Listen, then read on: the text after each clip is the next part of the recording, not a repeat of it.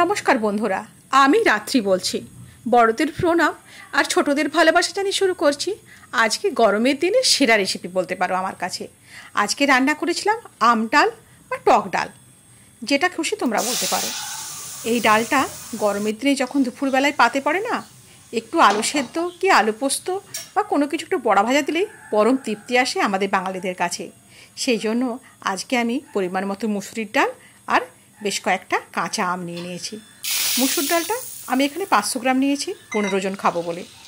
এই ডালটাকে বার কয়েক ধরে খুব ভালোভাবে ধুয়ে ফেলতে হবে। দেখেছো বন্ধু, আমি কিন্তু অনেকক্ষণ ধরে কল খুলে রেখে খুব ভালোভাবে পরিষ্কার করে ডালটাকে ধুয়ে নিয়েছি। ডাল ধোয়া কমপ্লিট হয়ে গেলে এবার ডালটা সেদ্ধ করতে দেবো, সেই জন্য গ্যাসটা জ্বালিয়ে দিচ্ছি। এবার ডালের বাটিটা বসিয়ে ওখানে পরিমাণ মতো জল দিয়ে দেবো। এই ডালটা খুব ঘনও খায় না, আবার খুব পাতলাও খায় না। এবারে ডালটা সেদ্ধ হোক, আমি তারই ফাঁকে আমগুলোকেও কেটে নিয়েছি। এক একটা আমকে 4 টুকরো করে নিয়েছি। আমের খোসা, আমের ভেতর যে কুশিটা থাকে ওটা ফেলে দিয়ে আমটা ভিজিয়ে রেখে দিয়েছি। এইদিকে মিনিট 3-4 হয়ে গেছে, ডালটা সেদ্ধ হতে শুরু করেছে আর ফুটতেও শুরু করেছে। ওই যে ওপরের সাদা ফেনাটা ওটা তুলে ফেলে দিচ্ছি। মাকে দেখতাম এই ফেনাটা সবসময় ফেলে দেয়, আমিও সেই কারণে ফেলে দিই।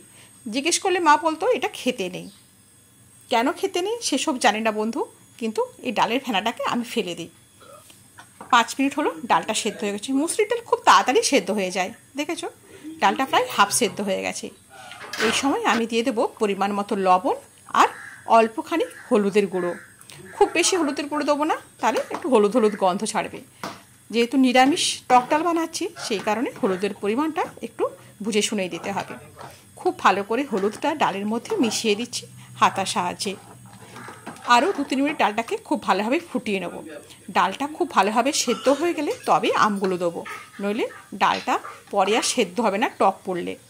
সেখানে ডালটা দেখেছো আমার পুরোপুরি সেদ্ধ হয়ে গেছে। এবারে আমের টুকরোগুলোকে আমি ডালের সাথে অ্যাড করে দিচ্ছি।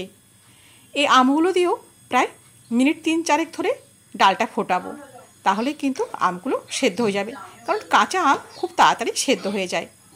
মিনিট 3-4 হয়ে গেলো, আমার ডালটা ফুটে গেছে, আমটাও সেদ্ধ হয়ে গেছে।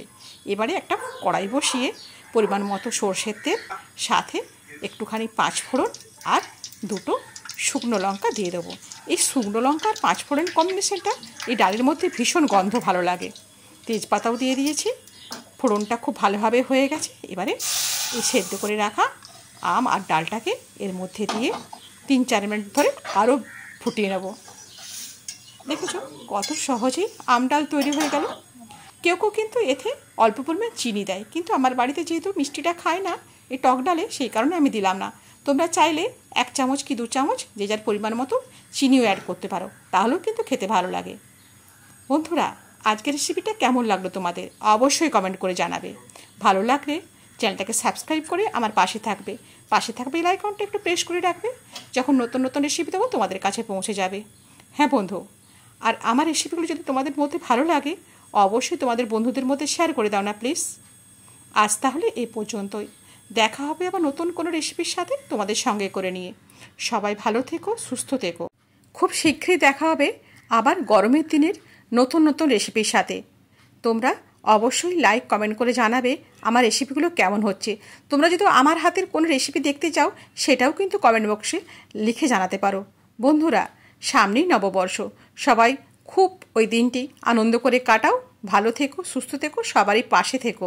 ধন্যবাদ।